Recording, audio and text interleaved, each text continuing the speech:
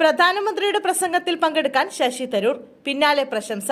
പ്രധാനമന്ത്രി നരേന്ദ്രമോദിയെ വീണ്ടും പുകഴ്ത്തി ശശി തരൂർ എം പി.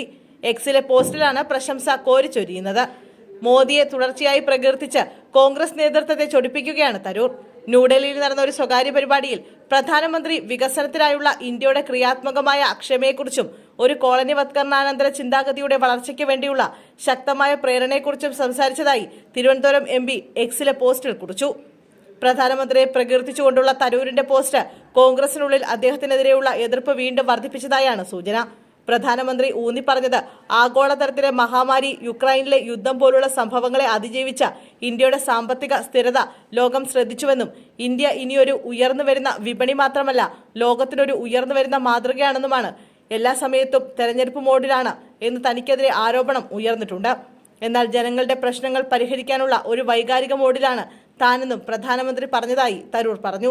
വിദ്യാഭ്യാസത്തിൽ കോളനിവത്കരണത്തിന്റെ സ്വാധീനത്തിൽ ശ്രദ്ധയൂന്നുന്നതായിരുന്നു പ്രധാനമന്ത്രിയുടെ പ്രസംഗമെന്നും തരൂർ കുറിച്ചു. ശശി തരൂർ പ്രധാനമന്ത്രിയെക്കുറിച്ച് പുകഴ്ത്തി ആദ്യമായല്ല സംസാരിക്കുന്നത്. തരൂരും കോൺഗ്രസും തമ്മിലുള്ള ബന്ധം കഴിഞ്ഞ കുറച്ചു മാസങ്ങളായി വഷളായിട്ടുണ്ട്. പ്രത്യേകിച്ചും ഏപ്രിൽ 22 പഹൽഗാം ഭീകരാക്രമണത്തിനു ശേഷം സൗഹൃദ രാജ്യങ്ങളിലേക്ക് അയച്ച സർക്കാർ പ്രതിനിധി സംഘത്തിലെ പ്രതിപക്ഷ മുഖങ്ങളിലൊന്നായി തരൂരിനെ തെരഞ്ഞെടുത്ത സമയം മുതലാണ് തരൂരും പാർട്ടിയും തമ്മിൽ തെറ്റിത്തുടങ്ങിയത്. പിന്നാലെയാണ് ഇപ്പോൾ വീണ്ടും കോൺഗ്രസിനെ ചൊടിപ്പിക്കുന്ന നിലയിൽ മോദിയെ പ്രശംസിച്ച് വീണ്ടും തരൂർ എത്തുന്നത്.